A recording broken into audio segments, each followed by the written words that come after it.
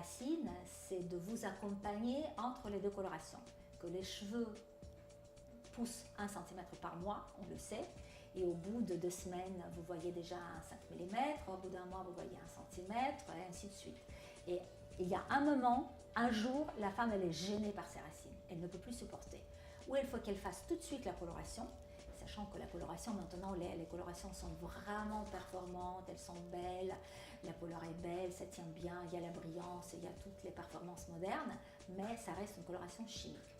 Sauf quelques produits qui sont les produits, mais il y a aussi beaucoup de restrictions, beaucoup d'allergies. Et alors, il faut accompagner la femme entre les deux colorations. Il faut qu'elle puisse être impeccable, personne ne voit ses racines. Et c'est le but de Bébé Racine. Voilà. Alors, le produit, il est arrivé à la fin de 2014. Fin de 2014, avec 0 chiffre d'affaires, même pas un flacon vendu. Je présente mon produit au salon Cosmeting, au jury français, très performant, très exigeant. Et la marque reçoit 4 prix, y compris le prix de la meilleure innovation de l'année. Pour moi, c'était vraiment un cadeau important parce que, pour moi et pour la marque surtout, parce que là, c'était mon bac 20 plus 20 sur 20. Alors, moi, je pensais que voilà, là, la distribution allait venir tout de suite demander le produit. Ouais, ce n'était pas le cas. Comme je vous ai dit que je n'ai jamais vendu des produits en France, comme je travaillais beaucoup à l'étranger et pour des marques, là, c'est un peu un accident dans ma vie.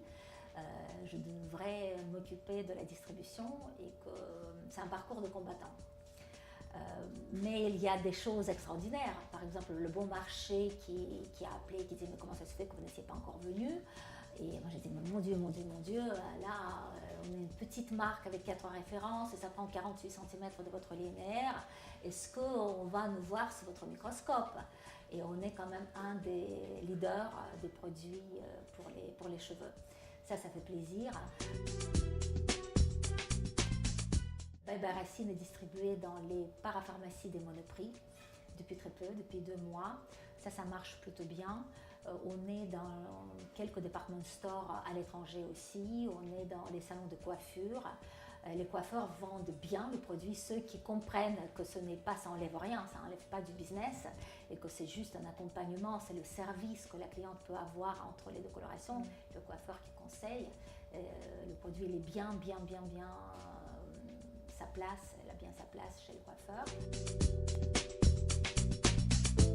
C'est très bien accueilli à l'étranger. Nous avons déjà quelques distributeurs, pas beaucoup encore, parce qu'au bout d'un an, on ne peut pas encore avoir tous les distributeurs, mais on a quelques distributeurs, une dizaine de distributeurs à l'étranger, et là on est dans les différents circuits, dans les grands magasins, chez les coiffeurs, dans les parfumeries. Et ce qui est intéressant, qu'il n'y a pas un circuit qui vend mal le produit. Vous avez des ventes très belles, des ventes qui sont moins importantes, mais le produit plaît. C'est le temps de s'installer. La presse nous a beaucoup aidés parce que les journalistes ont adoré le produit et que la presse elle a écrit, mais toutes les magazines elles ont écrit et ça fait plaisir. Mais la concurrence, ça vous fait avancer. Hein. Les concurrents vous donnent toujours un peu un coup de pouce derrière. Si je dois donner un conseil, un seul, ce serait dommage de ne pas donner 2 parce que je donnerais le premier, rester créatif. C'est la chose la plus importante. Mais le conseil, entourez-vous des financiers. Parce que maintenant, pour entreprendre, les gens qui sont créatifs, les gens qui ont des capacités intéressantes, qui sont hors normes, qui peuvent faire des choses que les autres ne sont pas capables de faire, qui voient des choses que les autres ne voient pas et qui peuvent aller jusqu'au bout avec la persévérance, avec la force de la volonté, ça c'est déjà énormément de tâches.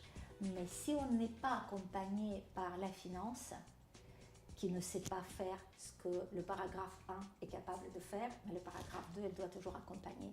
Et là, dans la vie moderne, c'est une chose très importante. Et là, il faut vraiment penser à ça au début. C'est intéressant que vous posiez cette question-là. Ma culture russe, qu'est-ce qu'elle a de différent par rapport à la culture française ? Je pense que je suis bien placée pour faire quand même la comparaison parce que ça fait 25 ans que je vis en France et je vis toujours entre les deux.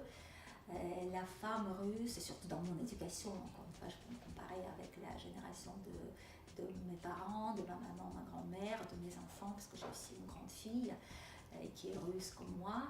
Alors dans ma culture, on a été élevé avec beaucoup de créativité, avec beaucoup de beauté, qui n'était pas la beauté des magasins.